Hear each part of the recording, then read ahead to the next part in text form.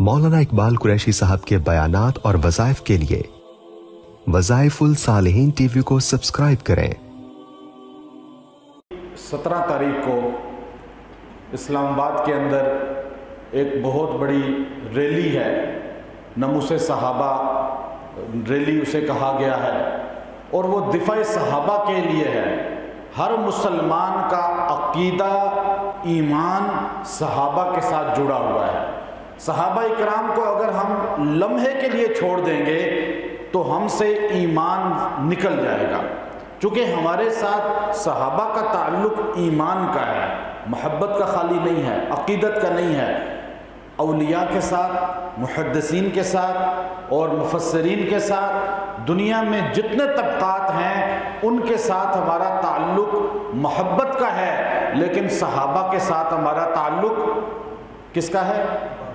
ईमान का। क्योंकि हमें सहाबा से कुरान मिला, सहाबा से नमाज मिली, सहाबा से पूरा दीन मिला।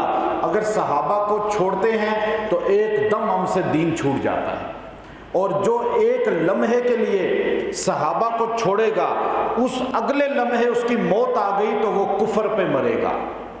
तो इसलिए याद रखें, सहाबा से हमारा ताल्लुक ईमान का है। हम अपने ईमान को बचाने के लिए सहाबा का दिफा करते हैं, सहाबा इकराम की तारीफ़ करते हैं, सहाबा इकराम की अज़मत बयान करते हैं। तो 17 तारीख मुत्तहिदा सुन्नी मआज़ के जो है इत्तेहाद पर सारे अहले सुन्नत जमा होकर ये रैली निकाल रहे हैं। सबको उसमें शिरकत करनी चाहिए, अपना हिस्सा डालना चाहिए, जाना चाहिए।